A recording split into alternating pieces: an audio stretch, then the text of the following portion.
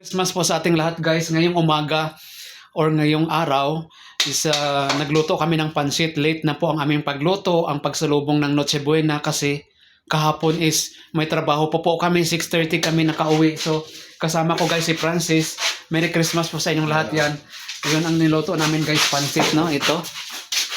Yan po ang niluto namin ngayong umaga. So dalawa lang po kaming Filipino dito ni Francis kasi yung mga kasamahan namin nalipat po sa Riyadh. So ito lang guys ang konting handa namin. Thank you Lord for these blessings. And salamat din na palagi nyo kaming ginagabayan. Nandyan po kayo sa aming tabi kahit na minsan is down to earth na po tayo guys. Nandyan po kayo, hindi nyo po ako pinabayaan or kami. Nandyan po kayo Lord. Thank you so much for this blessings ngayong umaga. So, iwan ko kung masarap ang pansit. Hindi ko alam kay Francis kung masarap ba. Sabi niya masarap guys, si Francis. So, kumakain na rin po si Francis. May ano lang kami guys.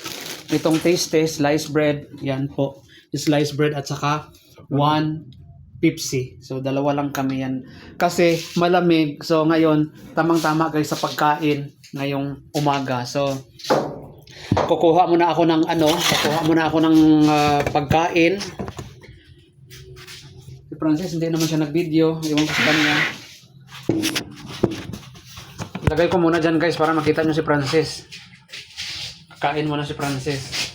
Kukuha muna ako guys ng aking plato.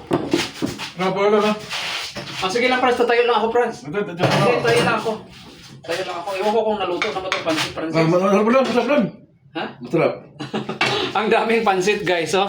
Ang daming pansit yan. Alam nyo, itong mga sa bawat party kasi sa atin sa Pilipinas or tayong mga Filipino, hindi talaga nawawala ang pansit. Masarap naman daw sabi ni Francis, ewan ko guys kasi ang timplada ko kung okay ba sa kanya. Okay naman din pala. Akala ko maalat,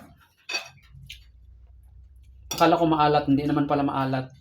So, baka mamaya maalat na to pagkatagalang na kasi medyo baka nadamihan ko ng asin.